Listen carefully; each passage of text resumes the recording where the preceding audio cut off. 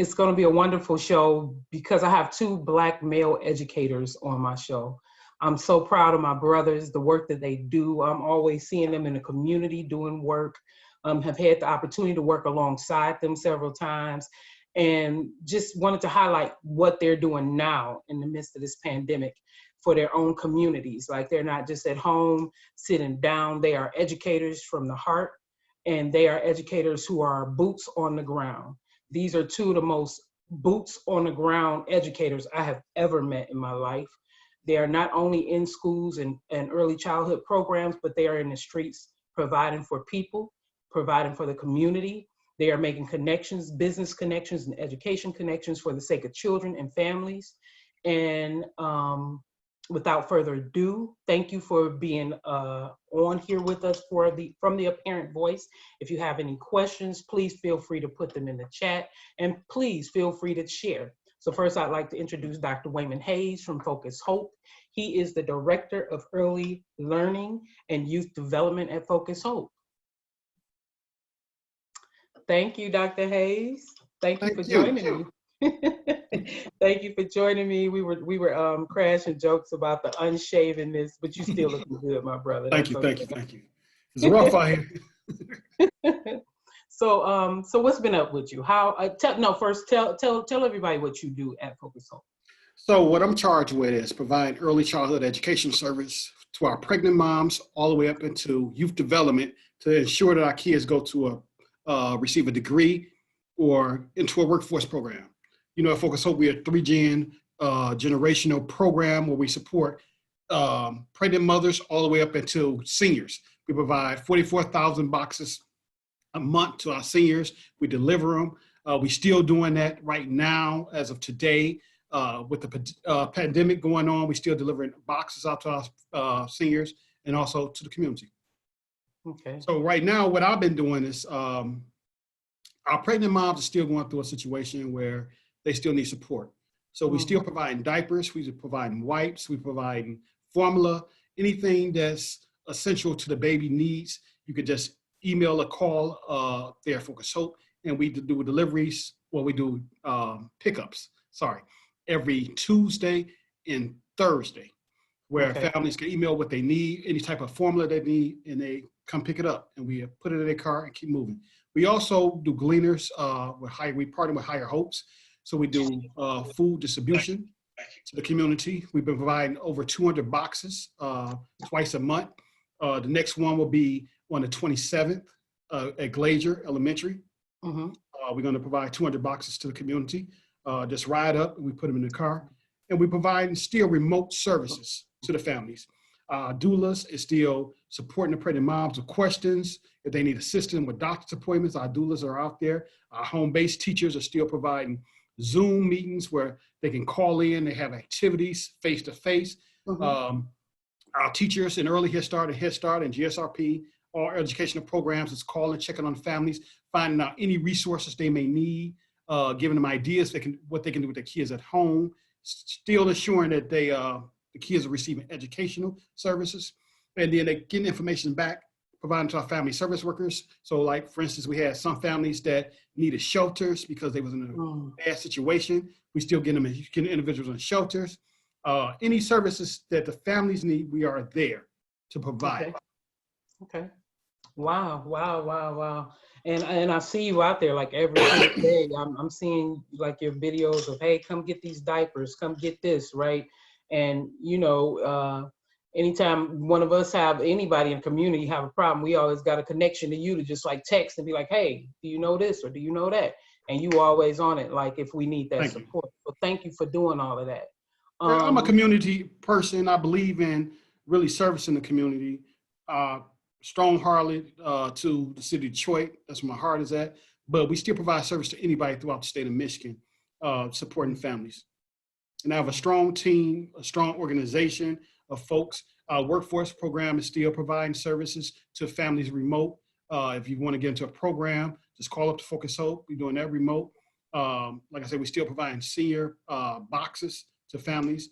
We're just here to service the community. Yeah. Good, good, good. Thank you, thank you. And I know you got a team that'll bite our heads off if we do something wrong to you. Because I done had stuff delivered there, and they like, ooh, what? And then we say, Waymon Hayes, Dr. Hayes. They, okay. So thank you for being who you are and loving your people, Thank you. right? So next I'd like to invite on Terence Wheeler. I do not know his formal title. I would just call him Superman in River Rouge schools.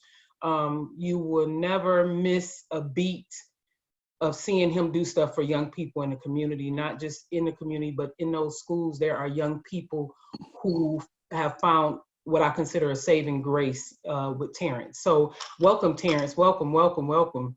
Thank you for having me.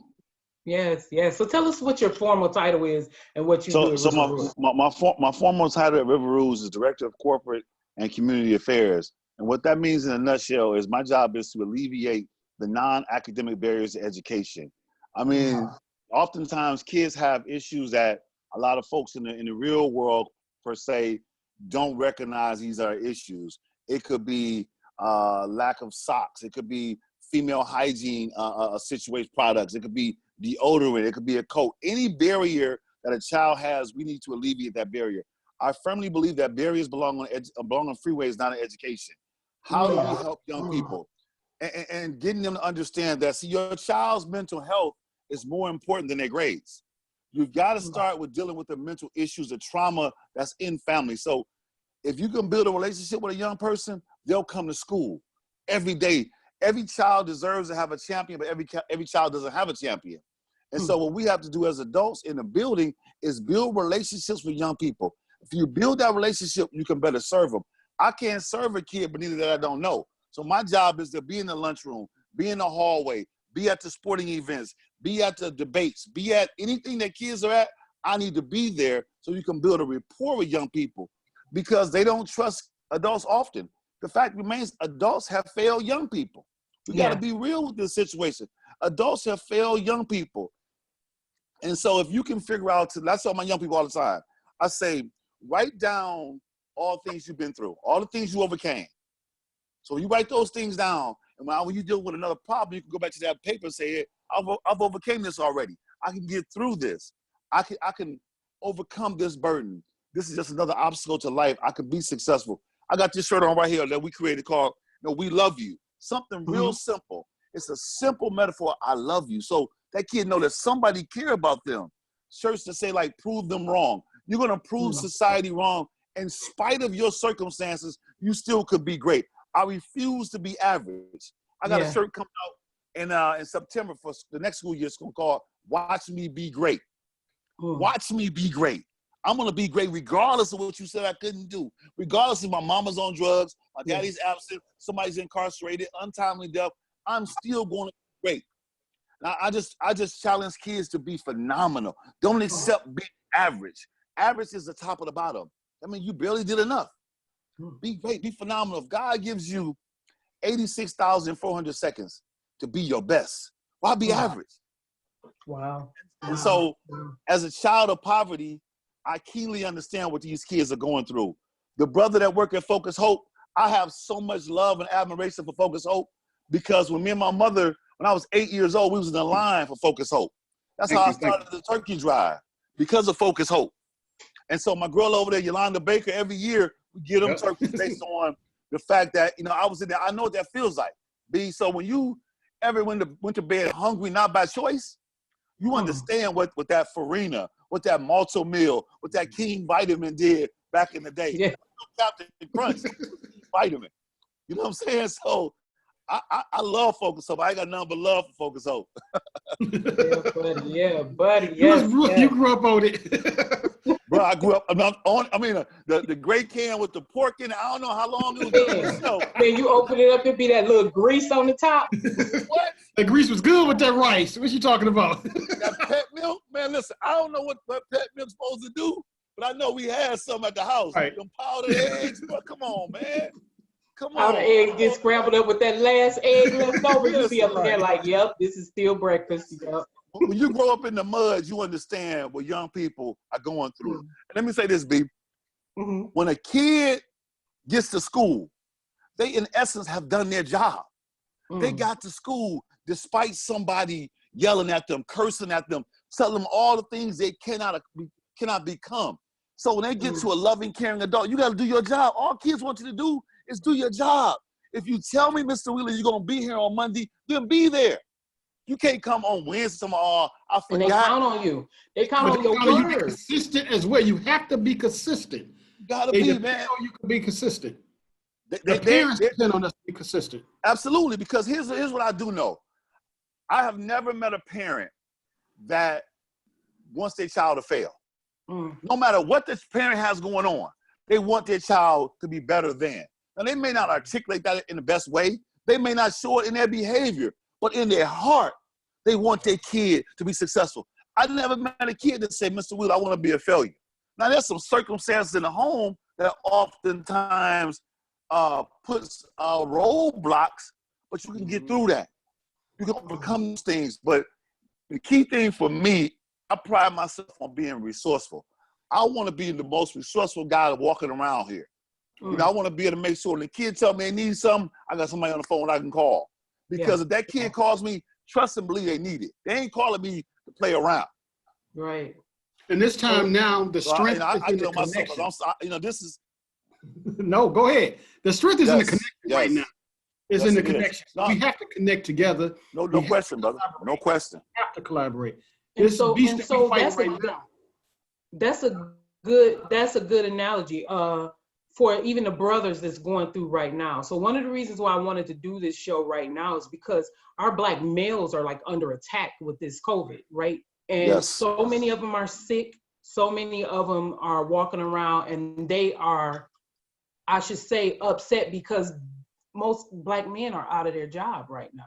So it's even hard to provide for their family. And that's a hard place to be as a man. I can't speak to that as a woman. Come on, and I could try to talk about it, but I wanted my brothers to come on and talk about it and speak to our Black men, talk to the Black men about these Black fathers and Black brothers who trying to make it. So right now, I mean, I think we have to be supportive. We have to be supportive and be there listening ear. Because when men get frustrated, we tend to result to violence. We're not talking about the domestic violence that's rising up or just not having an answer. The child abuse numbers just rising as well. It's not really being talked about. So men need the outlet, and you have to really talk to each other. We're gonna have to talk to each other, and we have to pull each other coattail. I heard a man say, it takes another lion to rile at another lion. So we have to check each other, number one. When you see men out of place or see each other, we have to check each other and be there listening there. And check on one another. another. It's not time to be judgmental at all. It's like, we don't talk about it enough. Number one is that Black men need to be in safe spaces to restore their mental health. Yes. When you are the provider, the protector, and all of a sudden now you can't do those things, it affects your thought process. Now your kids, your wife, your girl, whoever is looking at you like, oh, you can't make it happen. Yeah. So now it's messing with your self-esteem and your ability to run your household. What I would say, number one to brothers, is that it's about who you connected with. I believe this. I believe that at this time right now, you need more addition and multiplication in your life, less subtraction and division. You got to have people around you that is going to uplift you, that's going to connect you to opportunities and resources, not what people are calling, telling you what you cannot be. But hey, brother, tomorrow's going to be a better day, man. It's going to be all right. Let's pray together. Let me give you a good word or something that can get you to tomorrow. Then we'll deal with tomorrow once that gets there. And what I try to do is just call brothers, check in with you, man. How you doing? How you feeling? Let's talk about something. But see, if you expose your vulnerabilities, I sometimes they know I'm extremely emotional. So I'm passionate, but I'm also emotional. So there's times I could just cry right now if I'm thinking about something hard and long. And I'm not afraid to do that. Whereas we've been taught to suppress our emotions for so long that it takes us a while, a journey to even get back to where I feel like I can express myself. I can feel like I can tell you, hey, brother, this hurt me. You hurt my feelings, or she hurt my feelings. So we got to deal with the mental part for Black men in particular. Hey, get you in a safe space to restore your mental so you can be strong. Because here's what I do know, B, is that every time I exit a door, I enter a world that wants to kill me, that don't want to see me win. So I got to make sure that when I leave my house, I'm leaving with all the tools I need to fight the enemy. I got to armor up. So if I'm not talking to the right people on the phone, I'm distracted. I can't see the enemy coming. But if I'm talking to the right people, I got all the tools I need to fight the enemy and get back home safe. We got to realize that for us to leave our house, go to work, come back home, that is a blessing. Right. Yeah. In today's time. It's something that we've taken for granted, but it is a blessing to be able to return home. And in particular, now I got a young brother that just came home, was in a coma for a month, 51 years old, superior athlete, fell victim to the COVID-19, and he was fighting for his life. And so this has given me even a newfound appreciation for every moment that I get. I want to be impactful.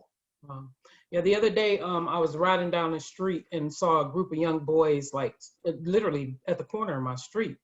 And I'm riding, and you know, I drive the same car that police drive. I got a Charger, so I'm always being flagged. Police was behind me, running my plate, right? As I'm used to it. But then when they saw the young boys, they went to stop for the young boys. But I stopped, like, before I stopped and kind of got over in that little lane before the police and was like, oh, y'all not about to pick with these boys. What y'all doing? And so I rolled down the window. I was like, look, all y'all live in the same household, get one address and tell them that's where y'all live at. All y'all are siblings and you was out here coming to get family some food, and take y'all asses home. Right. After this is over with. And the boys, they were literally about to spread. They thought I was police, and the police behind me, they thought it was two cars riding up on them. And so anyway, the police behind me were looking at me like, man, what are you doing? And so I just played it off like I knew him. But long story short, I ended up posting about it, and people were like, oh, thanks for being there. I'm like, this is what we supposed to do. Do you know us black boys, these black bodies fall hard. Right. And somebody came back and was like, well, you know, they're not supposed to be, were they really going to give them a ticket? I don't care what they were going to do to them. They ain't approaching these white folks who out here. Absolutely. And don't get me wrong, but they ain't approaching them while they in their community walking around. But see, I need people to understand that some kids, idle mind is the devil workshop, number one. Yeah. And some people are not living in safe situations. And that burns me up when I see people post and talking about why kids are outside. Some people you got a generation of families staying in a 2-bedroom. Yeah. Somebody sleeping on the couch. There's nowhere for these kids to be. We've been in the house now for a long period of time for a reason. And I respect the reason, and I support the governor. However, these kids don't understand that. You got some kids been running from the police, dodging bullets, dodging a lot of situations. So this is an unseen crisis that they don't understand and get. And then the narrative of this whole corona piece, what we was told from the beginning. We was told black people didn't get it, kids didn't get it, babies didn't get it. It was an older person over. So and we still don't know enough about this whole right. This whole corona. Let me piggyback off what Brother Hayes is talking about as far as being inside the house. And I need people to really understand this, that some kids are inside the house with the very person that victimized them. Right. They're inside the house with the very person that supposed to love them, but you sexually assaulted me. The same person who you verbally and physically are abusive to me. Now we're in a house for a substantial period of time together with less resources. The time I will be at school where I can eat at school, I can fellowship at school. Now I'm in the house all day with you. Now everything I do pisses you off. Now all the stress that you face is coming to me. It's called the adultification. So now these kids are dealing with, oh, my mom ain't got no job. Or my daddy ain't been around. Or my daddy beat my mama. Now he's jumping in trying to figure out how to help his mama. So if we didn't have the resources before the corona hit. Right. That's the other piece. Like it's been like this. Yeah. It's been like this. This ain't just for the last 5 weeks. This ain't new. Absolutely. So the pandemic of poverty is a pre-existing condition. We've been dealing with poverty, and what poverty does is it's not just about money. It limits access to people that can help you. So when people are in impoverished situations, they now start making decisions based on survival and not love. See, people don't want to be at home because there's no love in the house. Yeah. You know, you can't love me like you say you do if you treat me the way you do. Because if you love me, you'll make better decisions on my behalf. Half of these, sometimes these kids don't even see their parents. Now we at home all day together. I used to be at school for 8. We got kids at River Rouge that get on the bus line, B, at 5:30, 6 o'clock. Don't get back home to 7 or 8 because they're in after school programming. They belong to a team. Now all that's shut down. And some of them are at home with the very person who is touching me in the middle of the night. Yeah. Or now we don't have no food because everybody's home and you eating all the food.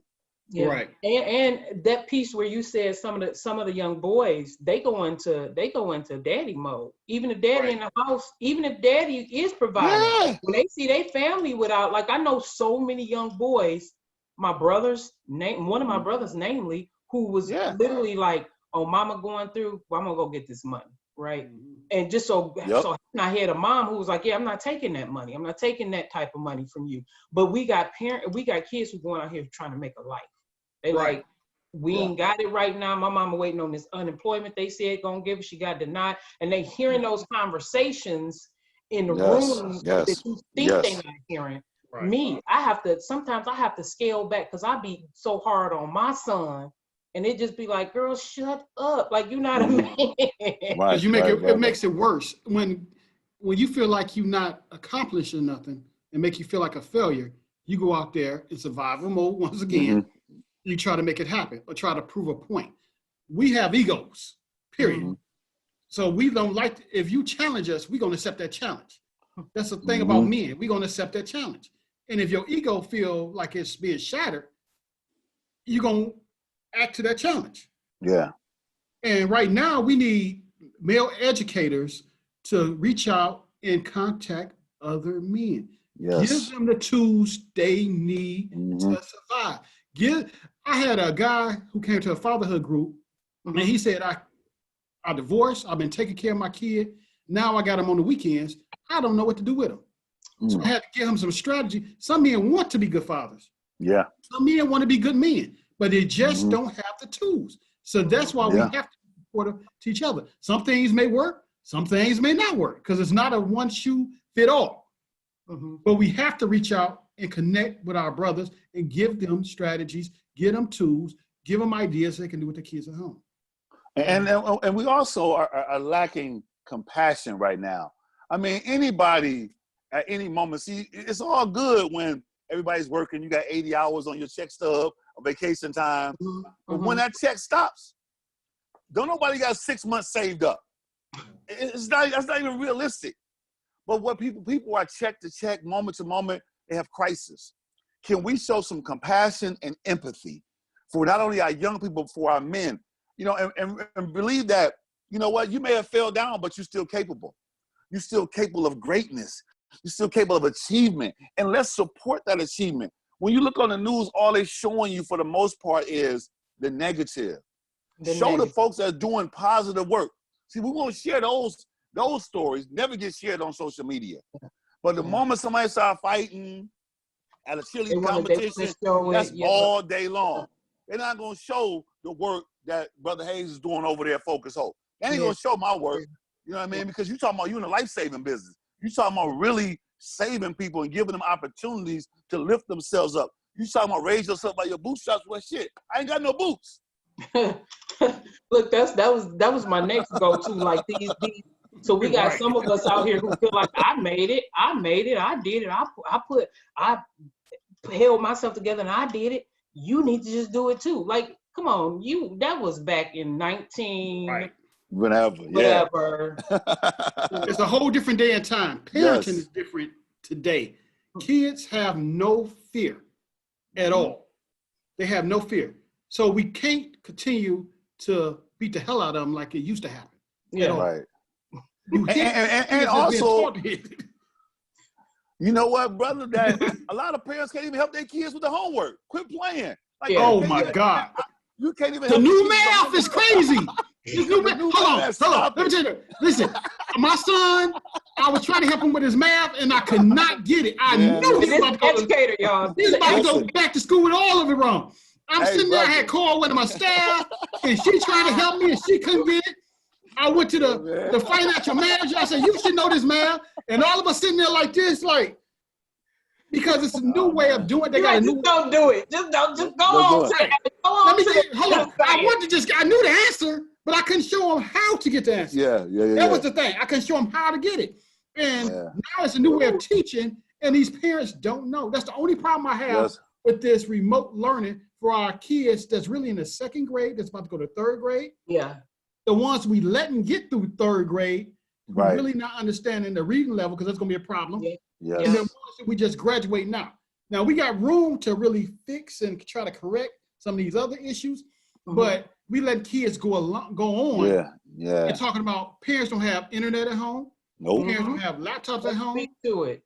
People trying to, like me, I'm working from home and inside of the job, and my kids sitting here on Zoom. I'm trying to help them while I'm on a conference call. Right. And then after a while, you look up and they on YouTube. You like, exactly. They just stop paying attention. I didn't quit. I just fired myself from being at home. Because it's something to be said about the classroom setting, because everybody doesn't learn the same way. Some kids need that extra push, that face-to-face, hey, B, you can get this done. Come on, I believe in you. It's hard to communicate that over the internet. Yeah. You know, it's teacher to student relationship that hey, you know what? I know you can do this work. I seen you do it before. But if you at home all day, now your mama got you running to the store, got you babysitting, you're not getting a full calendar of academics. You're just not. It's noise in the house. Not a room table where you're supposed to sit down. Hey, some of y'all ain't got that. I'm telling you, a couple years ago, we was giving away dinette tables because kids was telling me they didn't have furniture at home. So everybody don't have a dinette table. Everybody doesn't have a computer. So by the time, bless them for this announcement they made yesterday, whatever. But here's what I'm trying to tell you is that by September. So let's go back to that. So the computers. So I was a little livid because I was like, well, why is DPS only getting computers? Right. This is not to say I don't want kids to get computers. But what I want to know is, what are we doing about the large percentage of kids who chose to go to charter schools, right? Or chose to go out of their district? Right now, this is not time for a war. Yeah. This is time to provide for all kids. Like, we need to be making access for all kids to be on technology. Yes. Internet access and everything. Talk about that. And Rouge, what? So I could. This really burns me up, because we are geographically challenged. River Rouge School District is literally 10 yards from Detroit. I've had those same people who funded the computers for DPS tell me, well, we only doing Detroit. Well, I tell you what, some of these kids live in Detroit. They just chose to go to school in River Rouge. Yeah. River Rouge is 10 yards from Detroit. From Bassett to Campbell, what separates that is an alleyway, an NFL first down, a Matthew Stafford short pass to Golden Tate. You telling me that you love kids, but yet you only gonna love these kids over here. So guess and what some didn't choose to go to River Rouge. Some were forced, because some were forced out of the school. Now, I'm gonna give you an example. We had a kid that went to Cody 2 years ago. Was kicked out of Cody, couldn't go to no other public school. They was done with that kid. Kid came to River Rouge, graduated, now in his third year at Howard University. I'm telling you is that some people, see, the most expensive thing we do in this country is put the wrong adults in front of young people. You like them, but you don't love them. You don't love them past their pain. You love them as long as they doing exactly what you say they're supposed to be doing. Walking a straight line. Straight line.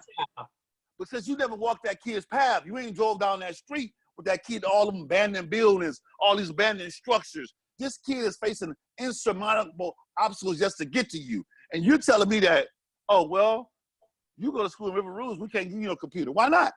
So is it about kids or about geography? Right. Yeah. And then somebody told me, it's a quote that a good friend of mine always share. She says, the one closer to the fire can tell you how hot it is.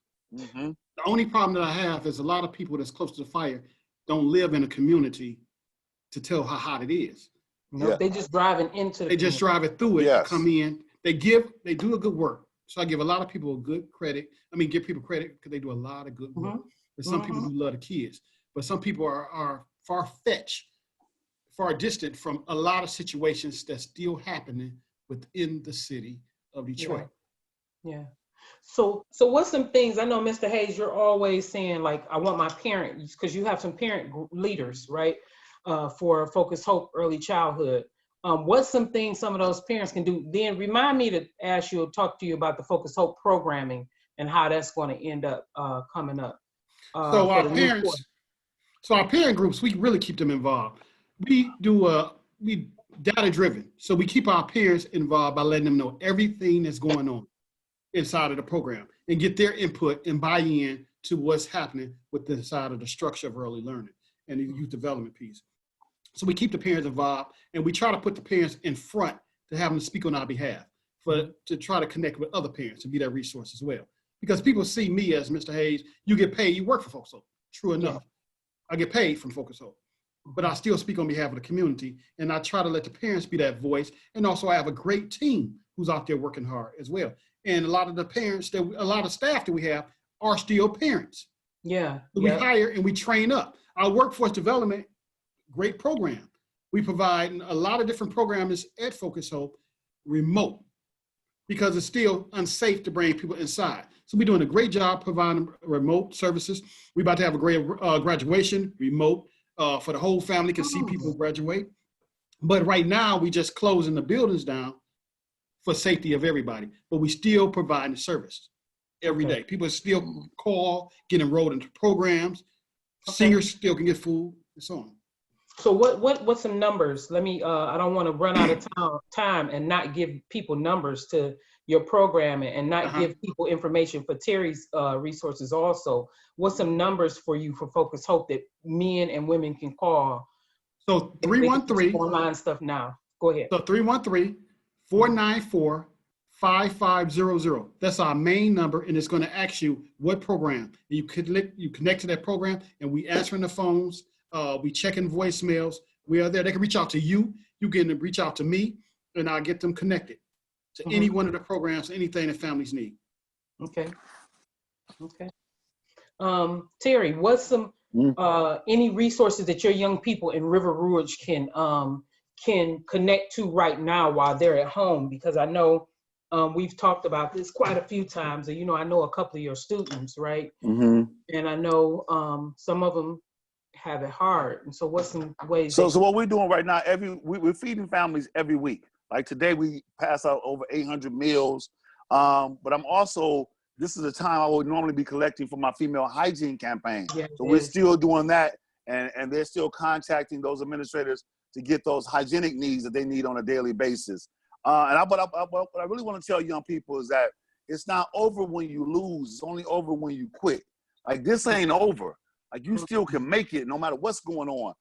So then we'll come back and we'll do some type of virtual graduation and recognize our young people and see how it works in the fall. But in the fall, I'll have my back to school rally where we're doing backpacks. Those backpacks are always stuffed with toiletries and school supplies because, like, you got a lot of young kids in shelters who are homeless, who are transient. We want to make sure you have whatever you need. And they can call me directly at 313-205-9826, and we'll figure out what we can do to help them, because I believe that all young people are at risk.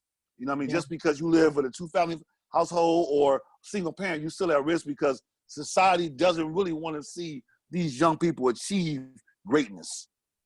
Yeah, and if people want to donate to those hygiene kits, because you've been doing that for years. Yes. And the coat giveaway, he does the turkey giveaway, coat giveaway, backpacks, just all kind of stuff. I call him like my celebrity brother. Everybody down, and he'll never invite me though. I don't know why, but I'm gonna invite you to this. I'm doing a live with Brother Will probably in 2 weeks to talk about some of the things in the community. And I want you on there. Yeah. Please, yes. I would love it. Okay. But how can they get those supplies to you, or get I prefer funds, right? How would they get those funds to you? So the funds, so you can, the cash out would be, I think my cash out is just Terence Wheeler, but you can go, I also have my nonprofit, which is TerenceWheelerFoundation.com. Look that up. My number's on there. Give me a call. We don't have an exorbitant staff. It's me and a couple volunteers. and we got our trunk in the mud. So every dollar is going to the community. There's no administration overhead, none of that. Every dollar goes to young people. Yeah, but trust that he actually makes sure it gets to young people. And when I say those young people, they pay for SAT waivers, all kinds of stuff. Suits, prom clothes, other things that come up, light gas bill. I mean, things that this life. You know what I mean? Yeah. Because I was a child of poverty. I know what it's like to be evicted. I know what it likes to be going in the refrigerator. There's no food there. I know what it likes to be in a house where there's all type of drugs and narcotics and frivolous behavior. I know what that feels like. So when those kids get to school, those kids have so much desire to achieve. All they need is just someone to tap into that potential, to believe in them, to love on them a little bit. I know you can make it. I wouldn't be here if it's not for those surrogate angels. Yeah. So I'd love to also give a shout out to a couple of brothers that work with Waymon Hayes, Dr. Hayes, Juan, he's always, up there, black male educator. So name a couple of your counterparts. Shout out to Juan Ruiz, Jordan Irvin, our education specialist. Juan is our operational manager. Corey Shepard, who is our compliance specialist. Donnell Holmes, our male teacher. We got an all-male classroom there for kids 3 to 5. William Jones, Albert Pace, trying to think of Daryl Hurley, our CFO, who's a man. It's just a lot of men. Jay Sean, LaSauce. Yeah, I'm saying it. I cut up his name. My man Jay Sean, my brother, who's really out there working hard. He director of advocacy. He's working hard for our families in our community. And all other people who I didn't name. I'm sorry I didn't mention your name, but you know who you are. You know I love you. You know we work together as a team. We grind together, and we make it happen. Yeah. So I think that's pretty much it for me. I do have another announcement after you guys leave, but I do want you to just say, both of y'all to say just one last thing to your brothers, anything you want to shout out, anything you want to say. And thank you. I love both of y'all for being on here, always being so accommodating to me and to everybody else, right? And so anything you want to say, either one. I'll just say this to the brothers that, powerless kids need powerful friends. Like your impact is needed, that we love you, that, like I said, there's no excuses. We all make mistakes and mistakes make us, that he's able and you capable. For me, I would like to say, keeping on. You have a lot of support. Reach out to somebody, be vulnerable, to ask for help. Asking for help is not a weakness. It's a sign that you're ready to move forward. One thing I want to say is, please support the barbers and the hairdressers. Cash app them some money. Yeah. A lot of barbers and hairdressers are suffering during this time. Yes. If you've been getting your hair cut, the barber, send them a few dollars. People there's a service that you've been getting service from, send them a few dollars. That's all. Send them a few dollars. I like that you said that. You said that earlier, and that was just like, I forgot to piggyback on that. That was so wonderful, because it's people right now who don't qualify for certain, some of the money that's out there, right? Yeah. And so if you know of any of those people and you have it in your power to help, send something, do something. Absolutely. So thank you, my brothers. Thank you. I love you guys so much. I would love to have you back on. I'm looking for some young black males to bring on and let you guys just powwow with them. I don't even have to be on the screen. Let y'all lead the chat.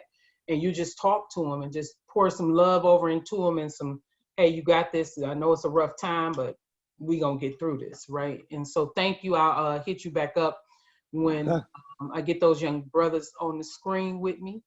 And love y'all. Thank you. Love you too. Thank you. So this has been the Apparent Voice. I do have an announcement. Thank you guys for joining me today. We meet every Tuesday and Friday.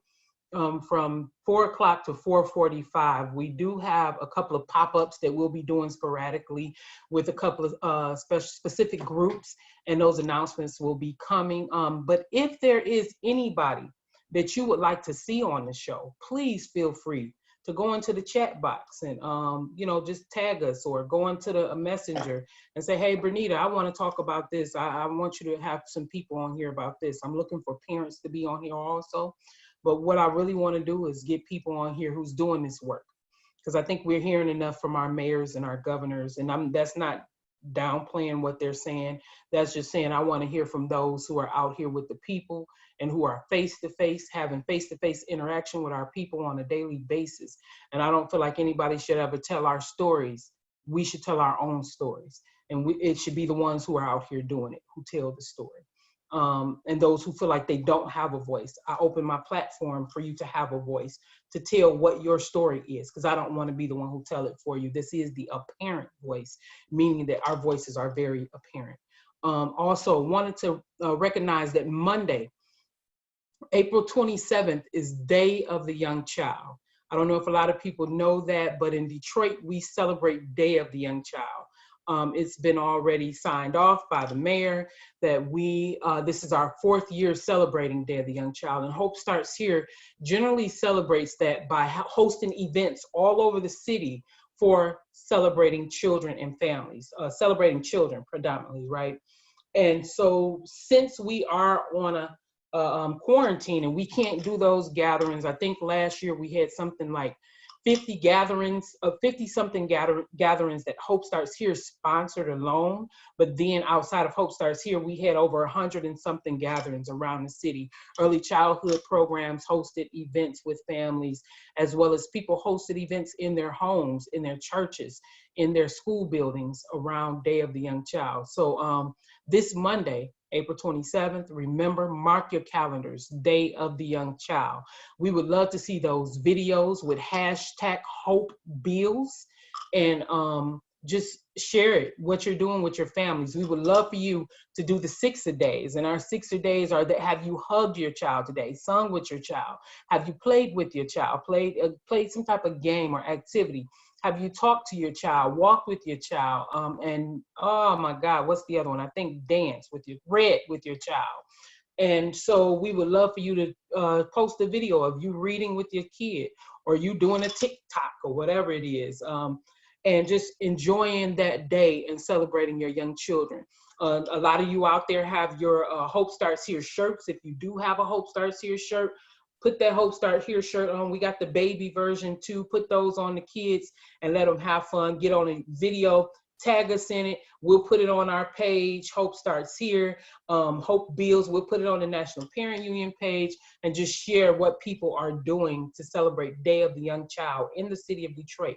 This entire month is Month of the Young Child, and this final week is Week of the Young Child. But for Detroit, we actually have a sign off for April 27th of every year being Day of the Young Child. So what I hope to do is see my grandbaby and be able to hug on him and read with him and talk with him and play with him. And oh my God, y'all know Malachi. But I thank you. This has been the Apparent Voice. Please join me next Tuesday. Can't think right offhand who my guests are Tuesday. I should know that. But I'll do a preview of it sometime this weekend. And so thank you for joining us with the Apparent Voice. You have a beautiful, wonderful weekend, and thank you again. Thank you to my brothers, Waymon Hayes, Dr. Waymon Hayes, and Terence Wheeler, and I'll see you guys later.